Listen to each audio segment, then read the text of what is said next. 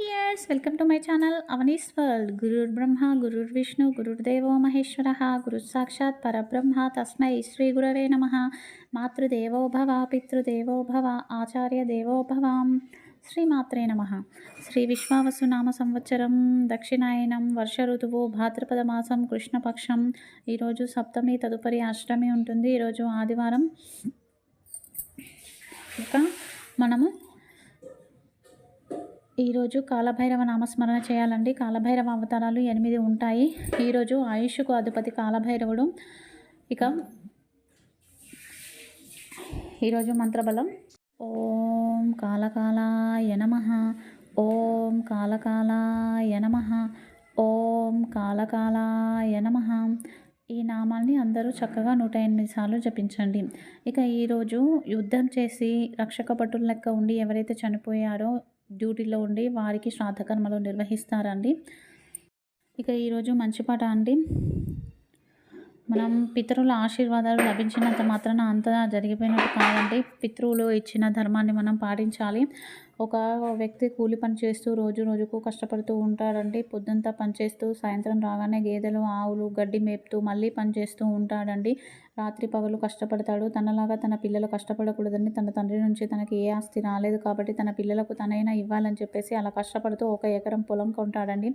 అలా పొలం కొని మళ్ళీ పొలం చేస్తూ మళ్ళీ ఏ పని దొరికితే ఆ పనికి వెళ్ళి అలా జీవితకాలం కష్టపడి 25 ఎకరాల భూమిని సంపాదిస్తాడండి. పిల్లలకు కూడా అదే విధంగా నేర్పిస్తాడు.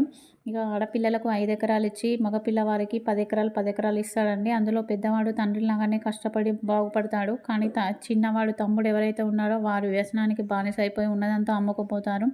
ఇక ఆ తమ్ముడికి పుట్టిన పిల్లలు ఈ పెద్దనాన్న పైన కేసు పెట్టేస్తారనమాట. మా తాత ఇచ్చిన ఆస్తి మాకు కావాలి, మా తండ్రికి ఇచ్చింది సరిపోలేదని.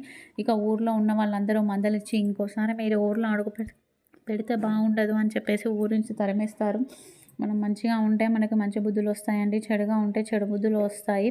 వాళ్ళ నాన్న మంచి బుద్ధులు నేర్పించాడు కాబట్టి ఆ ధర్మాన్ని అతడు పెద్దవాడు పాటించి గొప్ప స్థాయిలో ఉన్నాడు. చిన్నవాడు దాన్ని విస్మరించి ఇలా దిగజారిపోయాడు.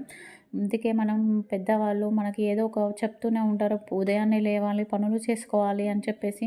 మనం కూడా చనిపోయేంత వరకు ఆ ధర్మాన్ని నిలబెట్టుకుంటూ ఉండాలి. పిల్లలకు అన్నీ ఇచ్చేసి అన్ని లగ్జరీ లైఫ్ అలవాటు చేసేసి వాళ్ళని చెడుదారులకు కారణం కాకూడదు. వాళ్ళకి చిన్నప్పటి నుండే కష్టపడే తత్వాన్ని ఇవ్వాలి. మన కష్టం ఏంటో వాళ్ళకి తెలిస్తేనే అప్పుడు వాళ్ళు కష్టపడతారు, కష్టం విలువ వాళ్ళకి తెలుస్తుంది. అంతేకాని వాళ్ళకి కష్టమే తెలియకుండా పెంచి తర్వాత మీరు బాధపడకండి.